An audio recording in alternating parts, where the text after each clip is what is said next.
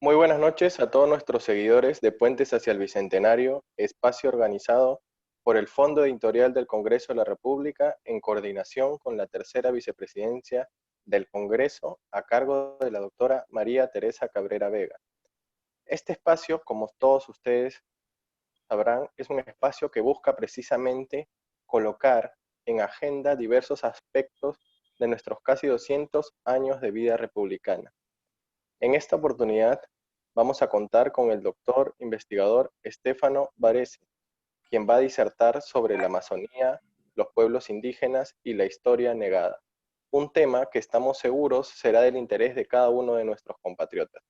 En ese sentido, estamos muy agradecidos con el doctor Stefano Varese.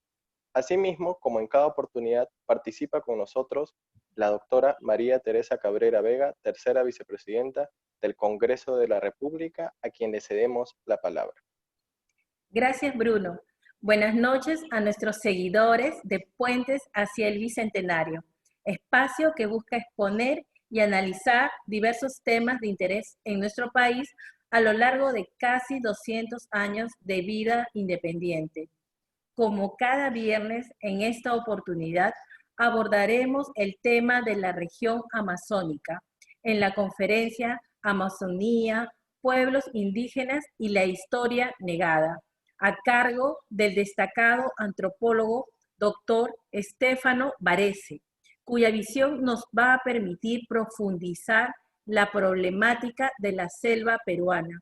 Es indudable que la Amazonía en general no ha concitado el interés del Estado peruano en nuestra vida republicana, lo cual se refleja precisamente en su escasa presencia en servicios como salud y educación, específicamente, además de otros indicadores de carácter económico. Es importante tener en cuenta que la Amazonía es el espacio geográfico más importante del país, no solo por su extensión, sino por la variedad de recursos naturales que alberga y especialmente por las comunidades nativas que lo habitan, que evidencian la inabarcable riqueza cultural de nuestro querido Perú, expresada en sus conocimientos ancestrales. Me permitiría decir que nuestra selva es la farmacia del mundo, con sus raíces poderosas. Agradezco de corazón al distinguido doctor Stefano Varese por su colaboración con el Fondo Editorial del Congreso, del que me honro presidir. El doctor, nuestro querido expositor, es autor de un libro considerado un clásico de la antropología amazónica, como es La sal de los cerros, resistencia y utopía en la Amazonía peruana, publicado precisamente por el Fondo Editorial y que constituye una muestra de interés en profundizar en temas de carácter social que nos compete a todos. Sin mayor preámbulo, damos paso, Bruno, en la conducción de esta conferencia. Gracias. Muchas gracias, doctora María Teresa Cabrera Vega, tercera vicepresidenta del Congreso de la República, por sus valiosas apreciaciones. A continuación, pasaremos a leer la hoja de vida del ponente investigador Stefano Varese. El doctor Stefano Varese, nacido en Génova, Italia, creció en el Perú y se graduó inicialmente como historiador y etnólogo por la Universidad Católica en 1966. Poco después obtuvo su doctorado en antropología en la misma casa de estudios. Ha sido docente en la Universidad Nacional Mayor de San Marcos y director de su Centro de Investigaciones de la Selva y de la División de Comunidades Nativas de la Amazonía en la misma universidad. Actualmente es profesor del Departamento de Estudios Nativos Americanos de la Universidad de California en Davis.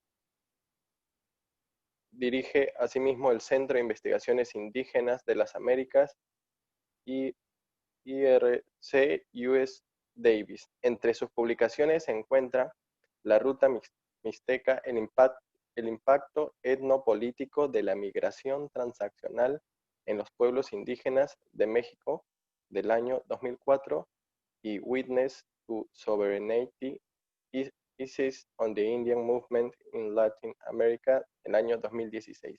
Asimismo, en el año 2016 ha publicado su libro, como muy bien lo ha mencionado la doctora María Teresa Cabrera Vega, su clásico La sal de los cerros, resistencia y utopía en la Amazonía peruana, publicada por el Fondo Editorial del Congreso de la República. Damos pase al doctor investigador Stefano Varese para su disertación. Muchísimas gracias. Agradezco la invitación tan generosa de participar en este evento, en estos eventos puentes a la independencia o hacia la independencia. Y estoy hablando desde California en este momento. Acá es mañana, pero cuando ustedes verán esta grabación será noche. Yo quiero tomar una dimensión histórica de la larga duración que mencionó muchos años antes el doctor Fernand Braudel, el gran historiador francés. Él nos enseñó que para entender a los pueblos y a las regiones del mundo en donde viven diferentes pueblos, es importante remontarse muchos milenios atrás, no solo siglos, sino milenios. Entonces quiero tomar una visión de larga duración histórica de la Amazonía, de toda la Amazonía. Como ustedes saben, la Amazonía peruana forma parte del vasto espacio amazónico que comprende a 9 naciones de Latinoamérica. El Perú tiene una gran porción de bosque amazónico, el 60 y tanto por ciento del territorio nacional es cubierto por el bosque amazónico. Y la historia profunda nos dice, nos cuenta una narración muy importante sobre el uso del monte, del bosque, el uso del agua, el uso de los suelos por parte de los pueblos que han ocupado este espacio de forma milenaria. Cuando yo estudié antropología con un gran profesor francés, Jean Vellard, que se había radicado en Perú y en Latinoamérica durante muchos años, yo estudié, mis estudios sobre la Amazonía se basaban en la teoría de Betty Meggers, que era la primera antropóloga, geógrafa de Estados Unidos que se ocupó seriamente de la Amazonía. Y la teoría en ese momento era que la Amazonía y los pueblos que vivían en la Amazonía no habían podido desarrollar formas grandes y altas y superiores de civilización porque el medio ambiente, el bosque es tan difícil de manejar que no podían crear grandes vías y pueblos por dificultad de cultivar demasiado alimento, porque el fundamento de una ciudad de mucha población es la habilidad de la gente de cultivar, de tener comida. Entonces yo crecí con esa idea y una visión bastante pesimista de la Amazonía. Últimamente he vuelto a reestudiar a repensar mis estudios y he aprendido mucho de nuevos estudios arqueológicos que se han hecho en Brasil, sobre todo por parte de brasileños y americanos y europeos, pero también en la zona de la Amazonía peruana, que fue, esos estudios fueron iniciados por Lathrop hace muchos años. Bien, y la historia es distinta. La historia es que hubo en la Amazonía un tratamiento agroforestal del ambiente, que los pueblos que ocuparon la Amazonía, los varios pueblos indígenas, y hay centenares de grupos, si no millares de grupos todavía en la vastedad de la Amazonía, aprendieron a manejar el bosque como un bosque cultivado. Es decir, lo que nosotros pensábamos que era una selva virgen, resulta que fue el resultado de una cogestión, de un comanejo de los humanos, de los animales, de los microorganismos, de las plantas, de la energía solar, etc. Un comanejo. Es decir, que lo que se vio como un bosque abandonado, caótico, sin rey en los conquistadores españoles, era en realidad un bosque cultivado por milenios de actividad. Arqueología practicada en la Baja Amazonía demuestra que hay estratos de cenizas que revelan presencia humana por cultivar esa tierra. Arqueología en la zona del Bajo Amazonas y ahora también en la zona incluso de Chachapoya revela que hay una tierra negra muy fértil llamada en Brasil la Terra Negra do Indio, la tierra negra de los indígenas, de los indios. Esa tierra fue producida artificialmente, se piensa que hace 8.000 años, por los pueblos indígenas, para tener un suelo fértil en zonas que son inundadas cada 6 meses. Y para recuperar la fertilidad del suelo, se crearon este suelo, esta tierra negra a base de carbón de madera, carbón de materia orgánica. En la zona de Lamas, cerca de Tarapoto, esa tierra se llama Llana Anchpa, tierra negra en quechua. Es decir, lo que constatamos, y estos descubrimientos son de los últimos 30 o 40 años, constatamos que toda la Amazonía fue un área de alta civilización. Cuando hablamos de civilización, hablamos de la capacidad de un pueblo de instalarse en un lugar a veces hostil y empezar a manejarlo con cuidado, de tal manera que la hostilidad, la diversidad, la dificultad de sobrevivir en ese lugar se usan para encontrar un nuevo equilibrio. Producir árboles frutales, cultivar árboles frutales. Resulta que en ciertas zonas de la Baja Amazonía, en toda la Amazonía hay 180, por lo menos 180 árboles frutales. Nosotros pensamos que las palmeras son los únicos árboles frutales. No, hay centenares, 180 por lo menos contados ahora por los etnobotánicos.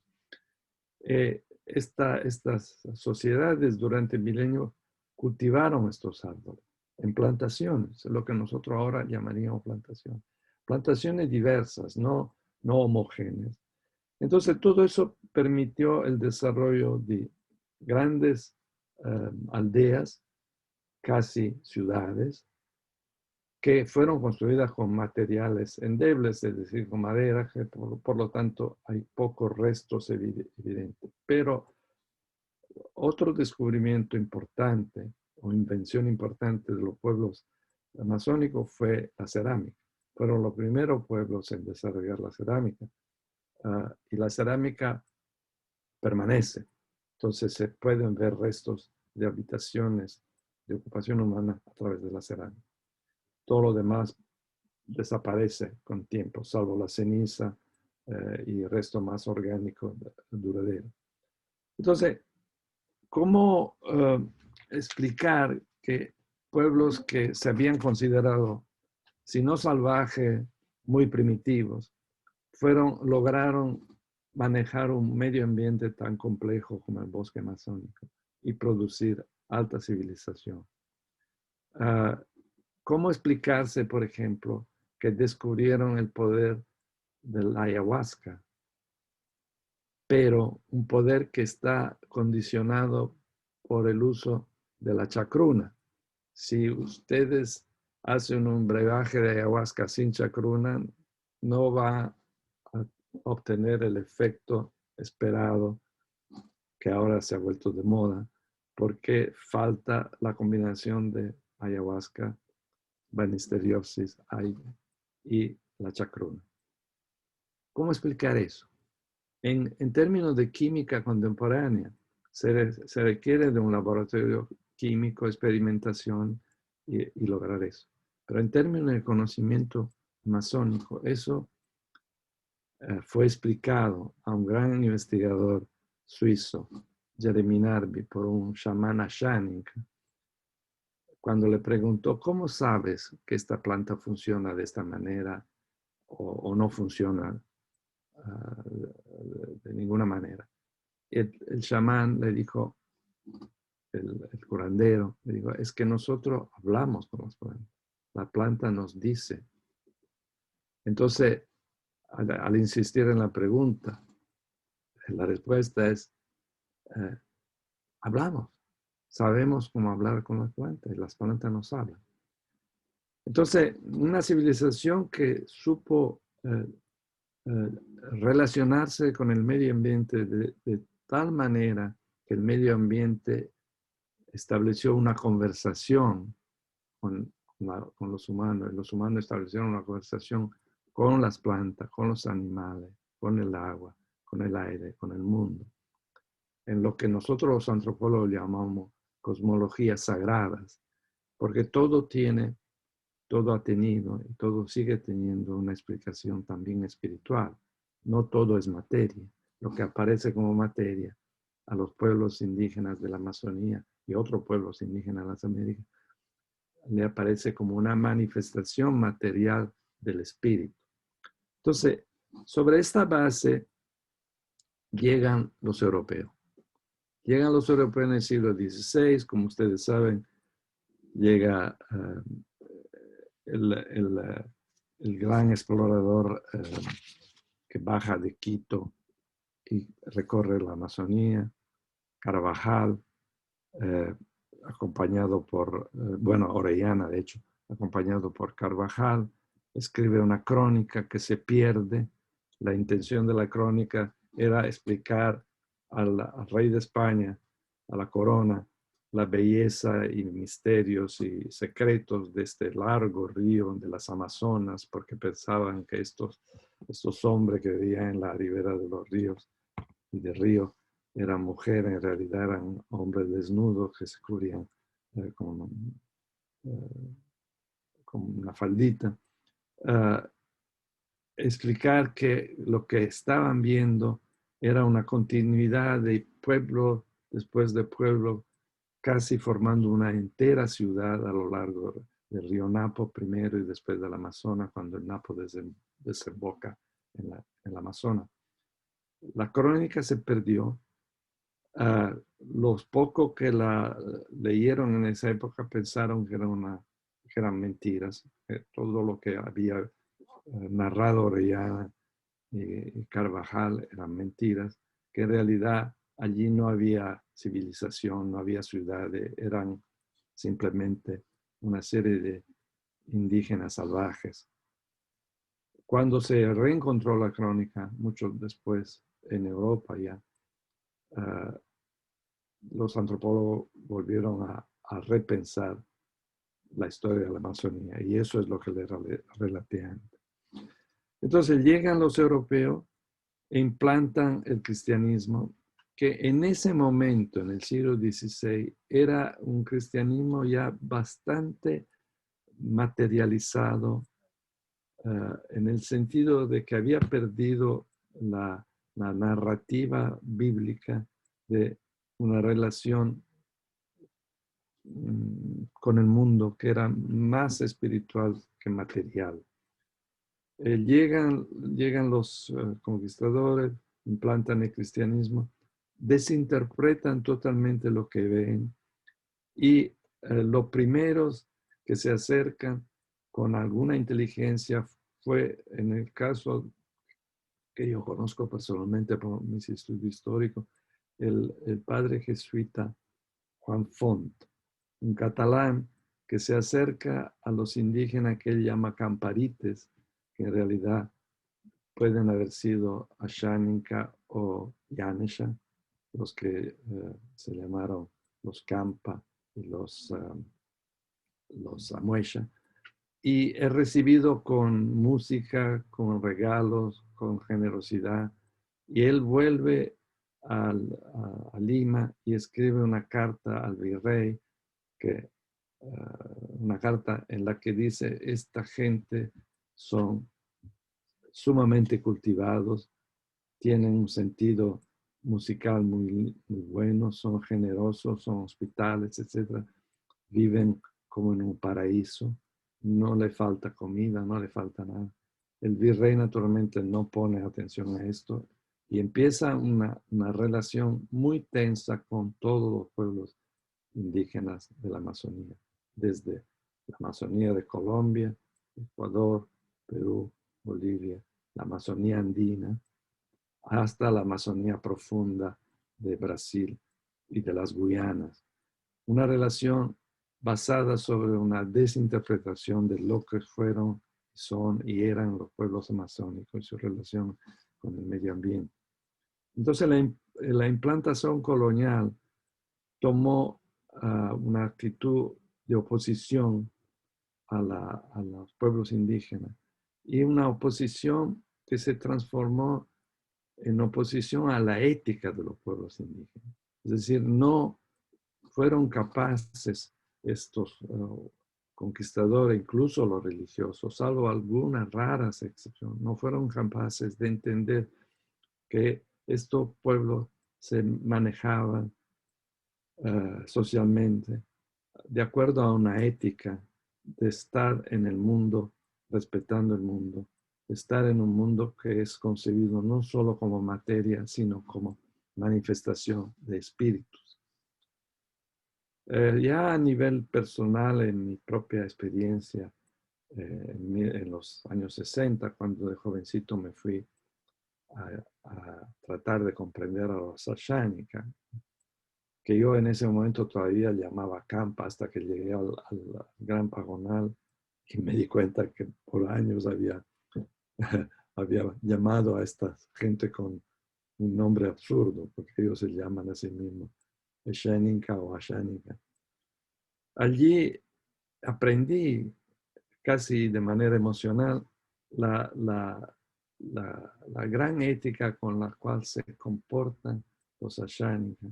Se comportaban en ese momento los Ashánicas, hombres, mujeres, niños, adultos, viejos, en su relación con el mundo, en su relación con el mundo que yo percibía como materia y que ellos me enseñaron a percibir como manifestación de espíritus, manifestación concreta de lo que está detrás de la materia, que son los espíritus que guían, manejan, se relacionan entre sí y con nosotros.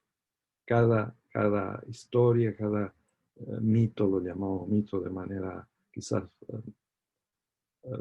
equívoca, cada cosmología, cada entidad que aparece en la narrativa cosmológica de los pueblos amazónicos, refleja o es parte de un teatro, de una divina comedia a la Dante de Alighieri, a la manera de Dante de Alighieri, en donde cada ser, cada entidad tiene una función y tiene un espíritu y tiene una finalidad.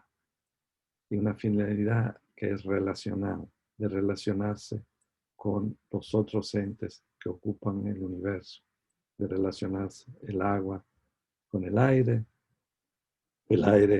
con las plantas entre sí, los animales con las plantas, los humanos, y en una red de relaciones muy compleja en donde la reciprocidad y la diversidad son las leyes que guían esta serie de relaciones.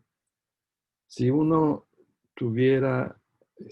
tiene la oportunidad de vivir un tiempo con algún grupo masónico, aún lo más, de alguna manera, lo más penetrado por el espíritu del capitalismo y del mercantilismo actual, moderno, uno se da cuenta que mucha de esta manera de concebir y de vivir en el mundo tienen valor todavía y funciona. Yo puedo citar un caso excepcional, que es el caso de Sarayaco.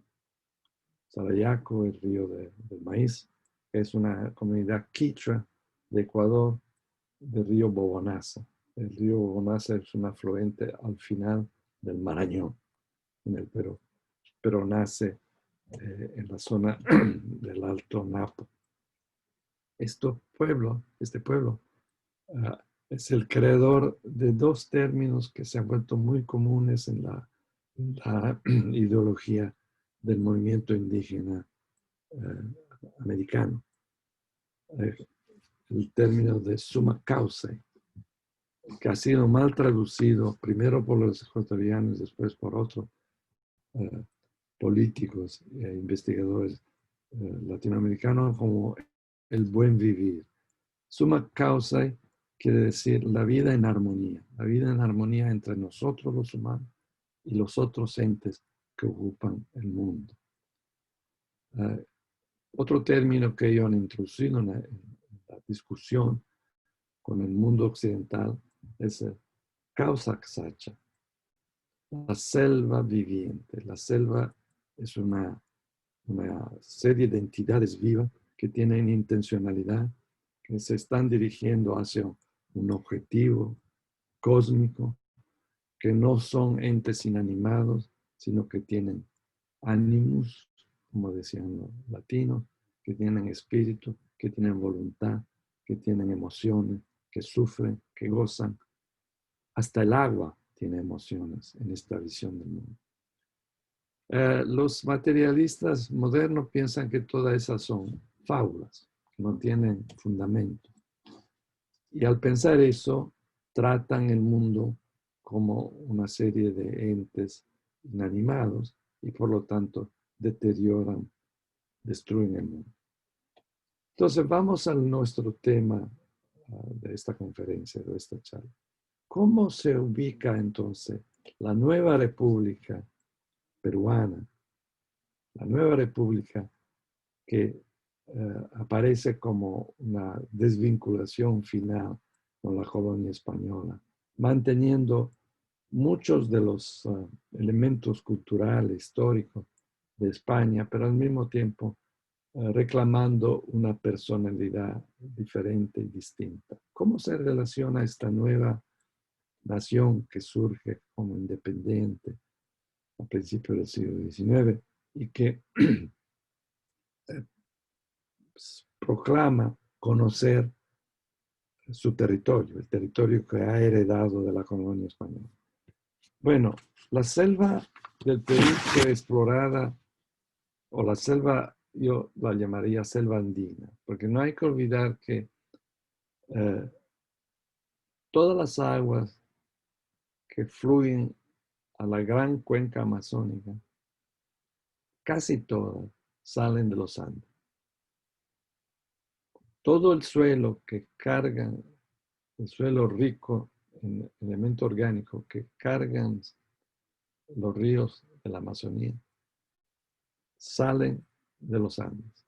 Hay un vínculo orgánico, ecológico, entre el mundo andino, la geografía andina, la ecología andina y la ecología y el mundo amazónico.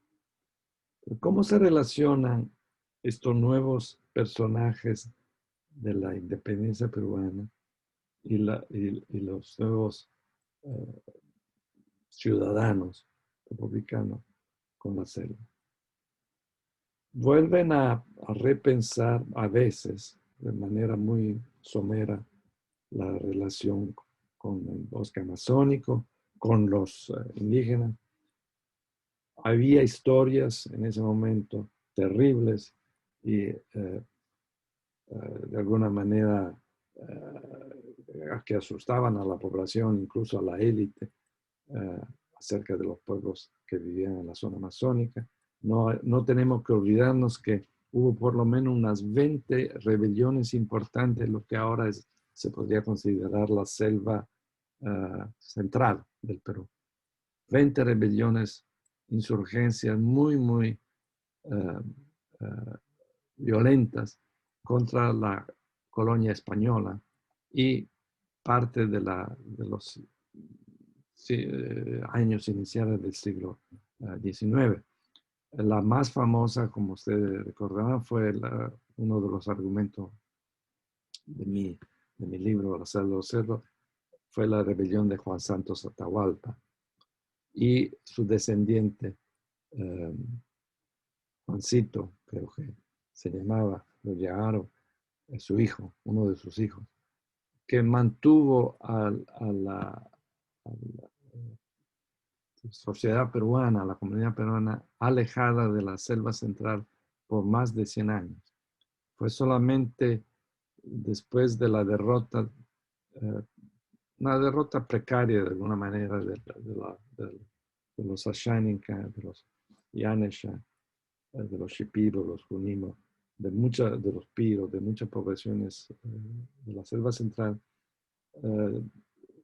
La derrota final llegó cuando el presidente Ramón Castilla en 1848 entró con el ejército a la zona y pudo finalmente controlar y dominar esta zona de rebeldes indígenas. Entonces, la entrada a la selva por parte del Perú independiente no ocurrió enseguida, ocurrió mucho después, 20 años después por lo menos, o más. Y requirió del uso de fusiles, de cañones, de ametralladoras para ponerse sobre estos pueblos que fueron vueltos a ser concebidos como salvajes, no objetos ni sujetos de civilización, sino pueblos sin ley ni rey, como decían los españoles en la colonia. Esta fue una relación muy difícil, obviamente.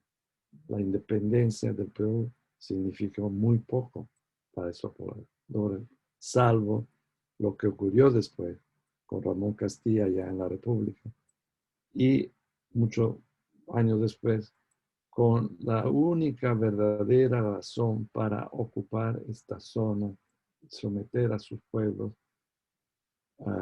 por la fuerza, que es la explotación del caucho.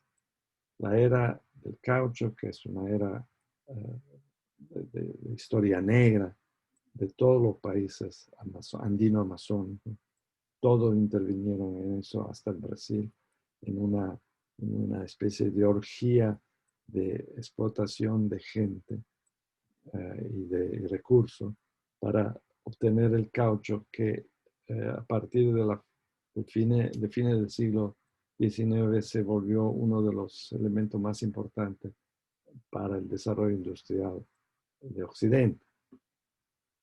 Como ustedes saben, el caucho adquirió suma importancia cuando Goodrich creó, inventó la manera de producir llantas para una industria que emergía a principios del siglo XX, la energía de los vehículos, los carros. Cuando explota la Primera Guerra Mundial, y después le sigue la Segunda Guerra Mundial, el caucho se vuelve un elemento estratégico sumamente importante, junto con el petróleo, para conducir la guerra. Y el caucho ya había sido robado, literalmente robado por los ingleses de la Amazonía brasileña, la Amazonía peruana, boliviana, etcétera, la Amazonía andina, y transformado en cultivos en el sudeste asiático. La historia es muy fascinante porque otra vez es la historia de la explotación de una planta amazónica que había sido cuidada, cultivada con cuidado por los pueblos amazónicos, que es ahora adoptada por Occidente como una materia, como dicen los ingleses, un commodity, algo que se vende, compra, que tiene solo valor monetario, pero ningún valor ecológico, espiritual o cosmológico. Los japoneses al final, en la Segunda Guerra Mundial, ocupan las plantaciones de caucho y otra vez el oeste europeo y sobre todo Norteamérica se quedan sin caucho y tienen que volver a ir al Amazonas. Y hay una historia muy interesante de otra vez exploradores en 1939, 40, 41, 42 que llegan otra vez a la Amazonía buscando el caucho que habían abandonado después de la época infausta de Fitzcarrald, de la Casa Arana, que habían destruido, se dice, 30.000 indígenas en esta búsqueda del caucho. 30.000 indígenas fueron sacrificados solamente en Perú para la obtención del caucho.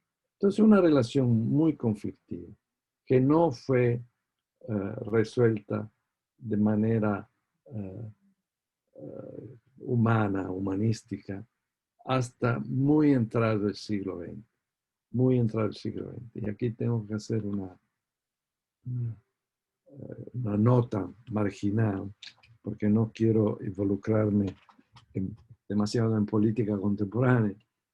El único gobierno republicano de muy corta duración que entendió de alguna manera la importancia de la Amazonía, tanto en términos ecológicos, económicos, sociales, pero sobre todo en términos culturales, fue la época de la revolución de Velasco, del general Velasco. La revolución militar tan malfamada por los conservadores de todas las Américas y apreciada de manera tenue por los progresistas de las Américas.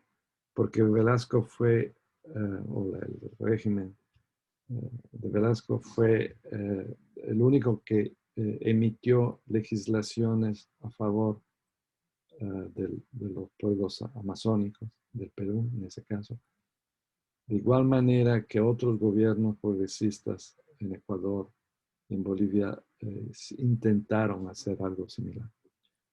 Entonces, ¿cómo concluir de alguna manera optimista esta muy sintética narración de la relación de los pueblos de la Amazonía y la Amazonía misma, en el caso del Perú, con la República, con nuestra República? Yo creo que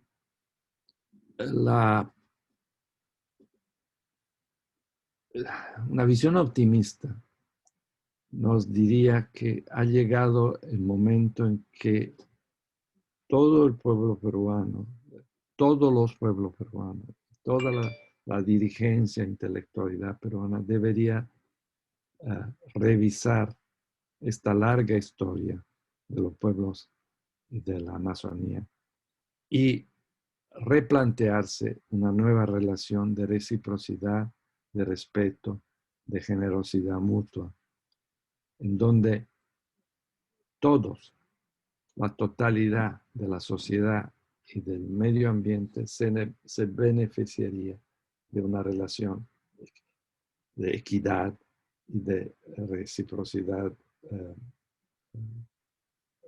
igual o moderada.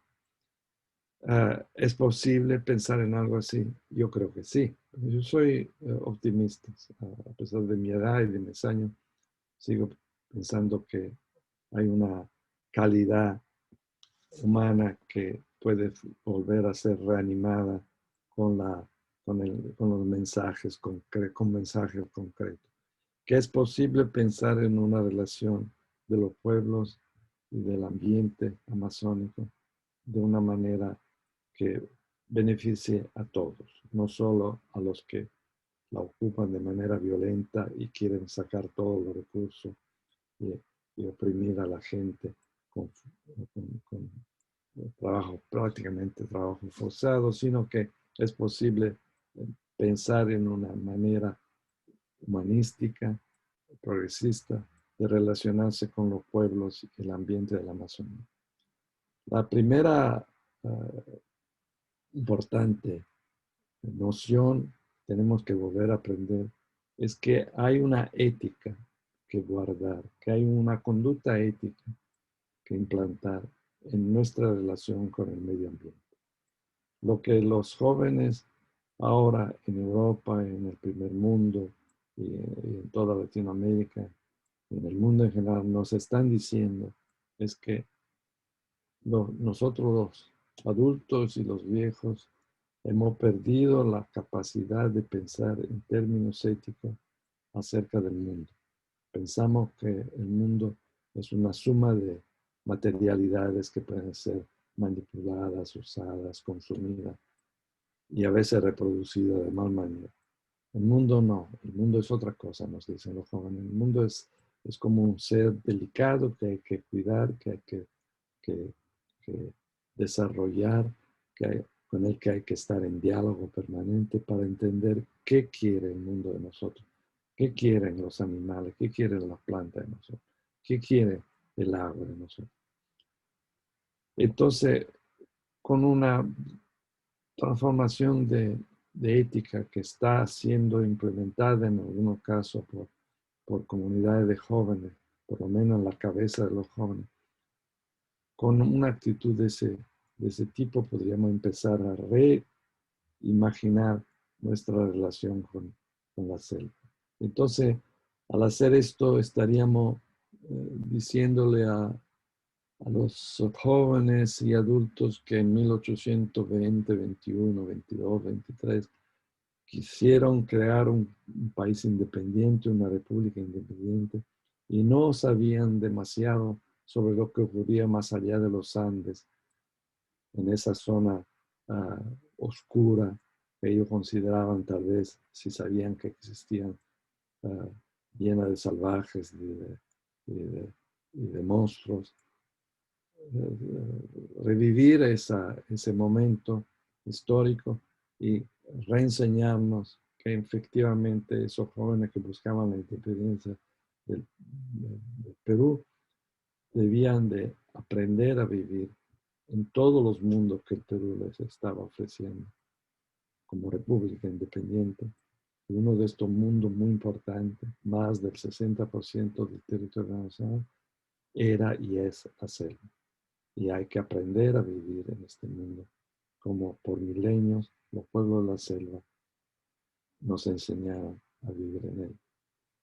Estos pueblos, testimonios ahora, siguen presentes en la selva, arrinconados a veces, en aislamiento voluntario, como ocurre en el Madre de Dios con algunos pueblos, en aislamiento voluntario, como ocurre en Ecuador con los Taromenani, Tagaeri, que han decidido no queremos saber nada más de nuestros occidentales que nos invadieron en 1950, 56, y que a lo largo de décadas nos han enseñado que no saben vivir con nosotros, que no saben convivir con el monte, que no saben convivir con los jaguares, que los jaguares son los dueños de la selva y que los jaguares son nuestros ancestros y que no se pueden matar y que no hay que matar sin discriminación a todos los animales y no hay que tirar todos los árboles que existen sobre la faz de la tierra, etc. Estos pueblos, algunos en aislamiento, como los Taramenán, estos pueblos nos están volviendo a pedir que aprendamos a vivir en la selva. Aprendamos a vivir en la selva. Y este es el mensaje que yo creo que hay que rescatar para celebrar de alguna manera nuestra independencia, nuestros casi 200 años de independencia, repensándonos como un país nuevo, capaz de comprender y pensarse a sí mismo como una nueva república refundada por una ética que nos acompañe y acompañe a los hijos de los hijos de los hijos de nosotros.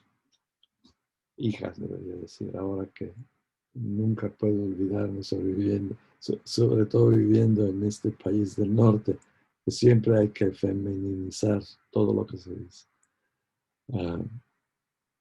Y con esto creo que puedo contestar alguna de las preguntas de los participantes.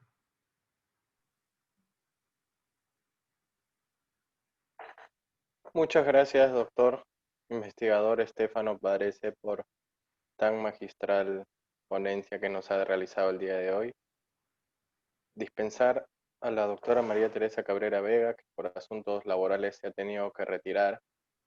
Yo quería realizarle algunos comentarios muy puntuales que me han parecido muy interesantes cuando usted expresaba, por ejemplo, sobre los Ayánica, ¿no?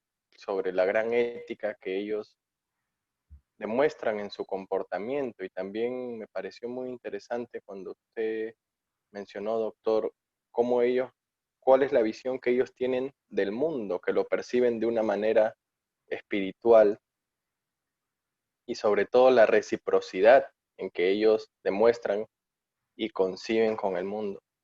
Sin duda hay una conducta ética, como usted muy bien lo expresaba, que implementar en nuestra relación con el medio ambiente. En ese sentido, le quería consultar, doctor, eh, ¿usted cree que desde la Amazonía nos pueden enseñar muchísimo más desde la visión que ellos tienen del mundo para conservar de mejor manera nuestro medio ambiente, nuestra naturaleza y el comportamiento ético que hoy en día vemos que tanto se ha degradado? Esa sería una pregunta. Sí. Gracias. Eh, la primera noción que hay que tener es que frente a posiciones extremas de preservación del medio, eh, posiciones que a veces han sido acusadas de ser utópicas, inalcanzables. Hay que preservar el medio ambiente completamente. Hay que decir que hay manera de ocupar de manera productiva el bosque amazónico. Y hay manera de repensar el bosque amazónico, de la entera Amazonía, como una zona de alta producción, pero una zona de alta producción moderada por las enseñanzas milenarias de los pueblos amazónicos. La primera regla sencilla es: no se puede destruir el monte y sustituir el bosque con otro cultivo.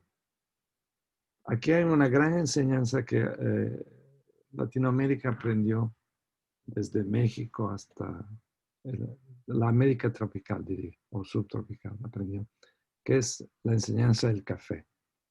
El café, que es una planta importada, no es nativa de Latinoamérica, de las Américas, junto con el cacao, que sí es una planta nativa. El cacao fue domesticado por los pueblos amazónicos hace miles de años y fue exportado de la Amazonía antes de la llegada de los europeos hacia el norte, hasta México, Guatemala, sobre todo, Centroamérica y México, el sur de México. Son plantas que pueden ser cultivadas, café y cacao, en el medio de la selva, porque son plantas de sombra. Son plantas que necesitan la cobertura arbórea del bosque. Entonces, se puede activar, y esto todos los buenos cafetaleros orgánicos lo saben, se puede cultivar el café en el bosque. Entonces, no hay que destruir el bosque y sustituirlo con otras plantas. No hay que destruir el bosque y sustituirlo con yuca, con camote, con maíz, con plátano. Hay que integrar todos los cultivos en el monte. Entonces, desde el punto de vista de la agricultura, la selva es una selva cultivada. Se vuelve un cultivo de árboles y plantas frutales y alimentos, maíz, yuca, camote, coca, etcétera, que complementa el cultivo de especies que benefician la economía. Es decir, son especies que el café se puede vender y con el dinero que se hace. El cacao se puede vender y con el dinero que se hace. En una economía sana, esos ingresos permiten una vida acomodada del chacarero, en este caso, del campesino indígena o no indígena en la selva, y al mismo tiempo permite mantener el medio ambiente. Son dos ejemplos banales, pero se podrían repetir en muchos otros casos. El error allí es pensar que yo puedo destruir el monte e introducir el ganado en lugar del monte. O introducir el cultivo masivo de soya, como está haciendo, o soja, como está haciendo Brasil. Y sustituir el bosque con toda su riqueza de biodiversidad, inmensa riqueza, por un monocultivo que lo único que hace es producir dinero y producir materia que ni siquiera sirven para alimentación, sino a veces para producción industrial, de energético y otras cosas. Entonces, ese es el error fundamental en relación al medio ambiente, pero es un error que repercute de manera trágica en la población, porque la población pierde los recursos que le permiten vivir de manera acomodada eh, y a veces hasta eh, económicamente superior a los pueblos locales para beneficiar las grandes corporaciones que concentran dinero y economía en pocas manos. Entonces, allí esa contradicción es la que hay que resolver. Cuando yo trabajaba para la reforma agraria, después Sinamos en la época de Velasco, invitamos a un gran ecólogo polaco, de origen polaco, que estaba viviendo en Francia, Sachs se llamaba. Él nos dio una serie de charlas muy interesantes a todos los que estábamos trabajando en cuestiones de selva en ese momento y nos dijo una cosa muy sencilla. En ese momento me pareció tan sencilla que no le puse demasiada atención. Él nos decía, ¿por qué ustedes los peruanos siempre piensan en reservar territorio para los indígenas? En esa época estábamos planteando una ley que le diera garantía territorial a los indígenas. Y no piensan en hacer territorio y reservas para el desarrollo y dejar el resto de la selva para los indígenas y para los animales y para la planta. Hagan reserva para desarrollar, circunscriban porciones del territorio en donde experimenten la manera de trabajar la selva. Planten plantas como café, como cacao, pongan algo de ganado, vean si el ganado semi-estabulado es mejor que el ganado dejado. Entonces, hagan experimentos en zona limitada, en reservas de desarrollo. Y no hagan lo opuesto, que es encerrar a los o definir los territorios indígenas y dejar todo el resto del país y de la selva libre para la destrucción en nombre del desarrollo. Un consejo sencillo que no fue tomado muy seriamente en cuenta en esa época. Había voluntad de cambio.